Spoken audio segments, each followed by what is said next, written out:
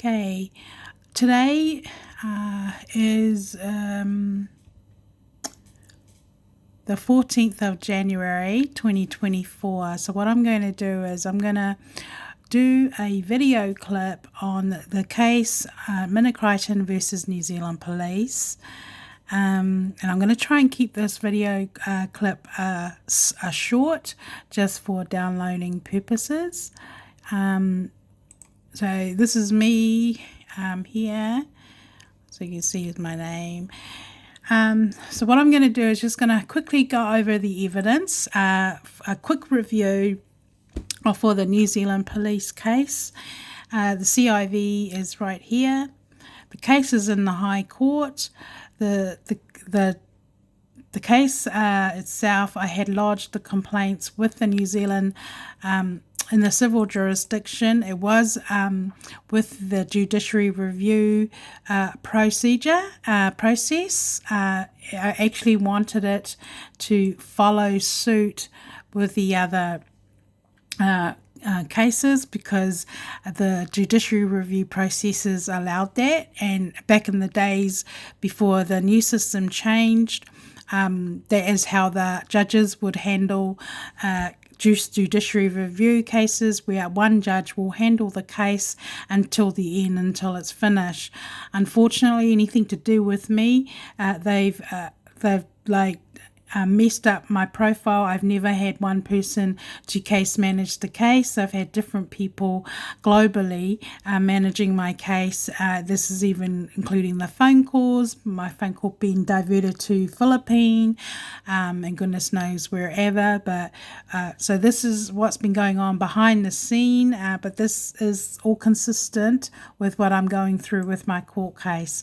So what I had done is I had lodged an official civil claim against the New Zealand Police and Independent Police Code of Conduct. So there's two parties in this case, on this one, and the judge was the one who actually wrote in a minute. He wanted to see what was going on with the case and wanted to get it moving. So I responded because I had issues trying to serve the documents with the New Zealand Police and Independent Police Code of Conduct, because they were sabotaging me. It was all part of the using me for an scientific experiment, but it is illegal. So I had problems trying to serve New Zealand Police with the documents. But I did make an affidavit that I eventually did serve the New Zealand Police with the documents, and I put that in affidavit, a sworn affidavit, that I did serve New Zealand Police twice, and Independent Police Code of Conduct was also served, and they responded. New Zealand Police, I ended up going to the local New Zealand Police and serve the officer there, and just to let him know that I was having privacy issues, I was being blocked, and I was locked out case. And I asked him, his name was Sergeant Warren, and if he could actually scan the documents to their CEO and let them know that I was actually serving them for a civil case. I don't know what he did with it, but I did take down his details and I can identify him. Actually, I saw him not long ago, and that due to something to do with my driver's license. And I didn't say anything, but I can identify him. So I did put an affidavit together to swear that the New Zealand was served. Whatever happens after that, that's their problem.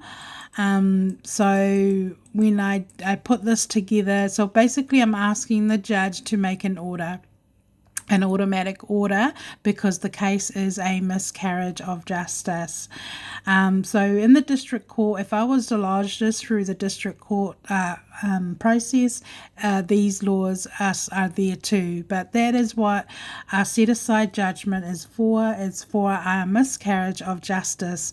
Now, obviously, as you all know, I worked for the government for 17 and a half years. I was known by two names. When when I first started, my first name was Minanoema. That was my married name. I was married at the time. And then my maiden name, which is Crichton, due to circumstances at the time, I officially changed that in 2006 because of what I was going through.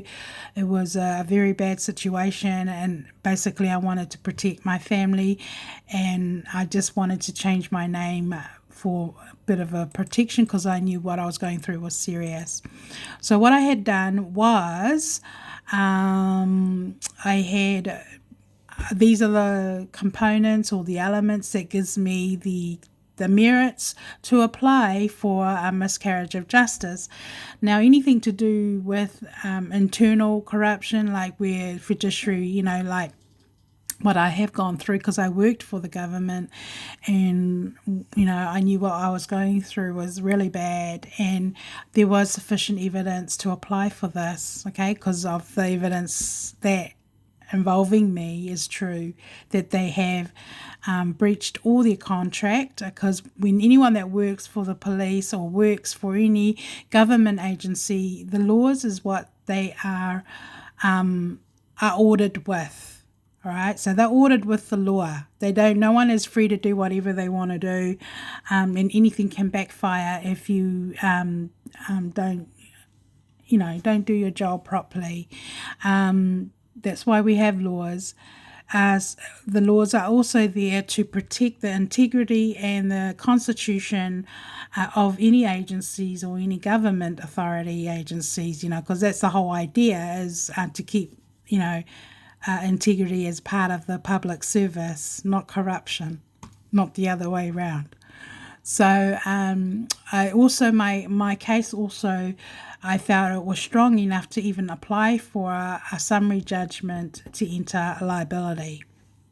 The other thing I found with the Crown's rule application, that they had defaulted in a lot of things, like just because somebody has a law degree, whatever, as you know, a lawyer picks on anything and everything for a mistake. Well, it's the same thing with the law. When an audit is done, they will make sure that you too have complied with the district court rules, laws and protocol. No one can just do whatever they want. That is why the laws are in place. So I had found defaults in the Crown's application, and even the way the court had managed my file. There was clear, a lot of defaults. It was all one-sided, and it was clear that bias and prejudice decisions were being made involving my case. The other thing merit that was in my favour was that I could prove to the court that the defendants had no case to answer, meaning they had no evidence to even try and,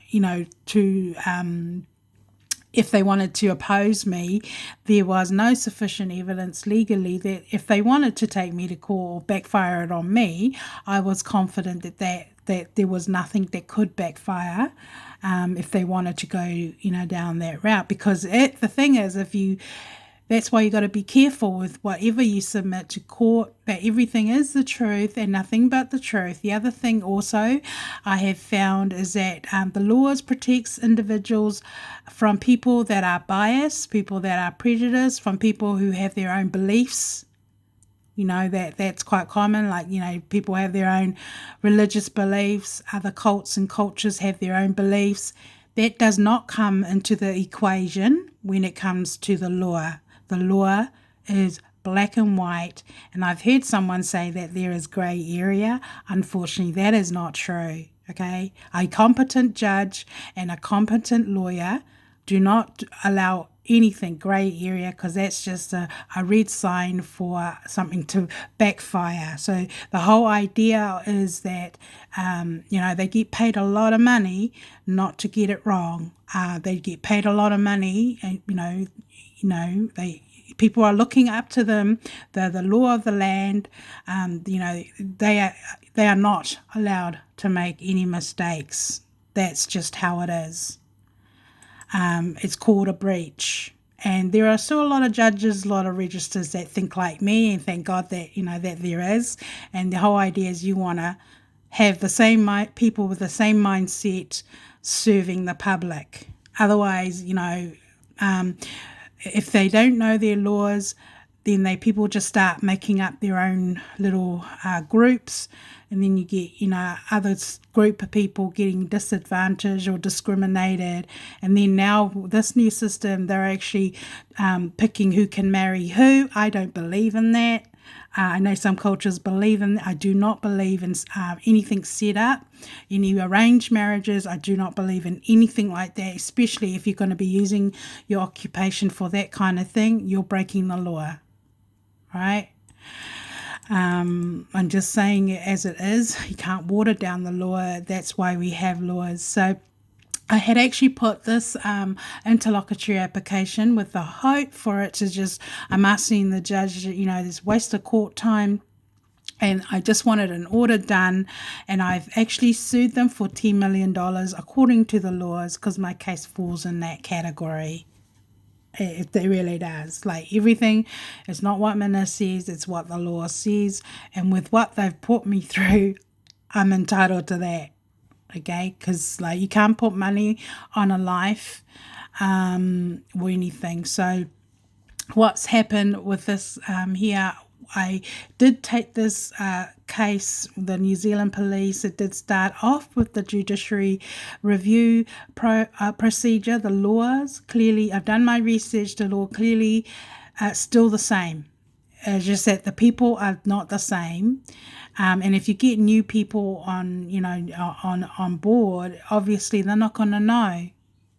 And but unfortunately my case has been different judges, been different registrars, and the relationship scams have all been in favour of them, and I'm the one who's been pinned down while they're using me, and that's not fair. So, but it is a criminal case, and I'm going with it. And not only that, it doesn't matter if the government or whoever's behind this illegal system, it will backfire. Like if I don't make it, just another competent Crown criminal lawyer will pick up my file and shut you all down or charge you accordingly. There are people like that still exist. So I did lodge this claim on the 9th of February. Now, the claim, there was different corporate bodies in my cases, okay? So they're all different issues. You couldn't really put a claim for all of them all in one, because each corporate body has their own entity. So that's another thing you got to remember, that each corporate body have their own issues. I mean, it's a completely different issue. The laws are different. The police is applicable to apply to the laws that involves them and them only. Maybe there are other things that they need to know. It always pays to know other laws, because they all link to each other. Okay, and from my own personal research, I also found out that the laws is actually set out for an individual. So the corporate bodies also, they're set out like an individual, and they are all treated like an individual according to the law. So, the employees, they represent the whole corporate body, and then if there's a consistency of a lot of infringements or breaches, that affects the whole corporate body, because according to the law, they're treated as one. So corporate bodies can actually get sued or fined. It's actually called fine. The law allows that. So what I did was I put this together with a bundle of exhibits to prove to the judge that I had sufficient evidence. So in saying that, from my experience with the civil jurisdiction, I had to keep in mind that the civil judges are civil judges. So unless the judge has, because I know they have different warrants for everything nowadays, and rightly so, but because my case is a criminal case, I'm dealing with people who doesn't have criminal mindset. I'm dealing with people who wouldn't see what I see as a criminal if I was a criminal judge or a criminal lawyer.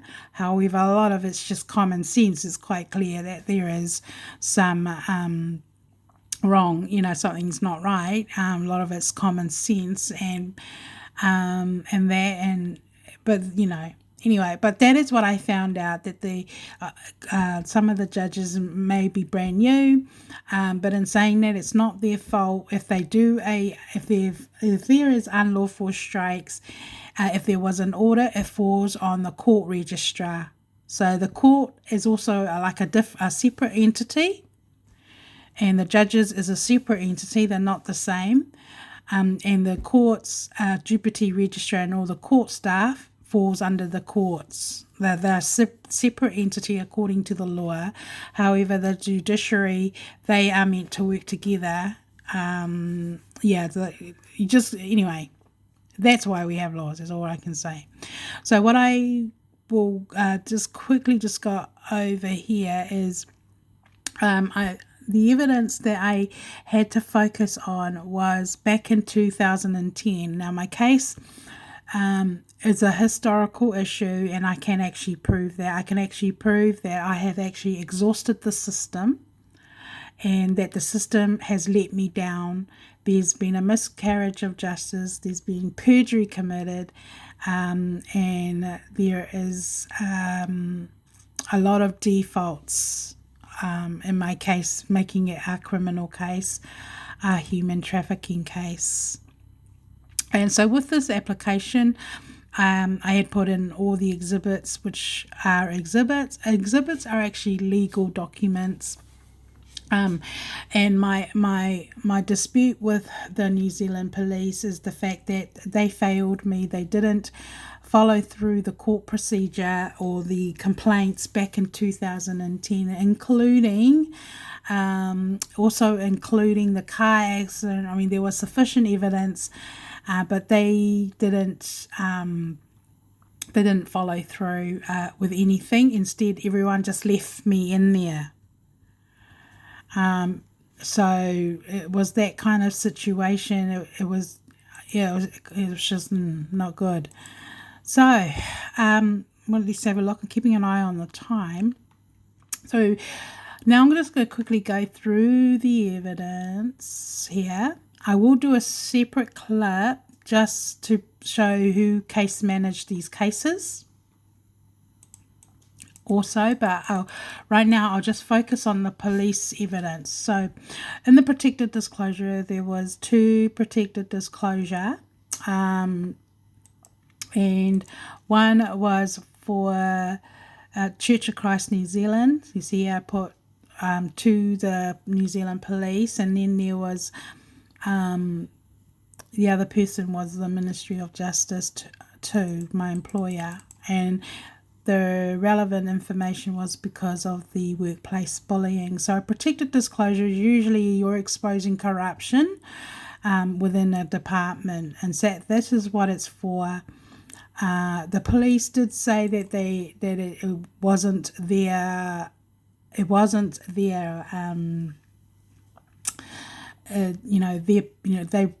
for them to actually investigate our workplace bullying, but that's not true. I did address all that in court, and so this here was actually submitted on 5th of May 2010. So this one here was against the Church of Christ New Zealand. Oh, no, this one here was against the Ministry of Justice, my employer. Okay. And then this one here was against the Church of Christ New Zealand that I was brought up in since I was 10 or 11. And I was trying to stop the breaches. So if you don't know what a breach is a gossip, like somebody has disclosed private information about you, like and passing it on. Because I'm an introvert by nature. If you don't know what an introvert is a person who is usually, quite independently does everything on their own. They like their space. And saying that, I do like to go out and mix with public, but I still love my space, and that's just how I am. And that's just been part of the culture too, to do with my background. So I went to submit this one as Church of Christ New Zealand. And then these two people here, this guy here, he was a PSA delegate, and this woman here, she was one of those. Who was? She was referred to me by PSA to go for counselling when back in the days when I was having workplace bullying issues at the time. So here is the date. So this was also submitted on this date. Now, the other thing I noticed on this document, I have noticed in some of the documents, is that there has been, I could tell somebody has altered or removed, because I had Pastor King's name on this because I was really close to him, but I was trying to stop the breaches from happening, because I knew somebody was passing information, vice versa, and stuff like that.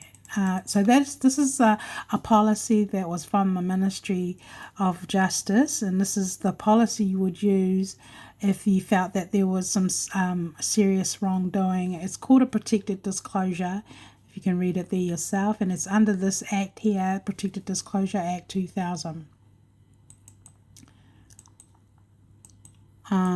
Now, the other thing I noticed, there was another piece of paper behind this that is not there anymore. Is it not there anymore? Let's have a look.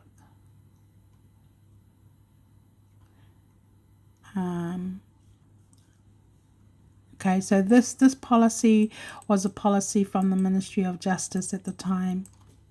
So when I put it together, there was a part in this policy, there's another piece of the document missing. But these are some of the things that was definitely there, where it gave me a set of names of people that I could submit the protected disclosure, and the police was one of them. But I went common sense. I went with the police because of the car accident too, and it just made sense. They might as well handle everything together. So these are all the acts that protects us. So nothing happened, okay? They didn't investigate. They actually, they declined the application. They declined everything. And I'll go through all that evidence with you in a minute. So I'll just carry on. I'm just looking at my time for this clip because I don't want to go over it. So what I'll do, I might just finish this one soon, because I want to try and keep the video clips with the evidence kind of like inconsistent with each other. Okay, so just talking about the two separate applications. There was two separate applications. The one for the Church of Christ, there was actually two letters addressed to the in there that was sent to the elders of the church, and one to Pastor King. Now, that evidence was actually really important, but in the beginning, there was nothing in the letters to actually discriminate the church, but really it was just me to prove that I actually went to that church, and just, what I was complaining about was the privacy breaches. Was like, I knew somebody was passing private information about myself to my private life, and the church was my private life. So there was only like two letters in there that was with this, but the evidence that outweighed anything, it was against my employer. It was my workplace environment that was absolutely very bad working condition. Very, very bad. All the evidence I will walk you guys through is the evidence that was said in court. So I'm just going to stop here with this one. This one here I will class as part 1 of the New Zealand Police case, and where I am the plaintiff and the New Zealand Police is the defendant.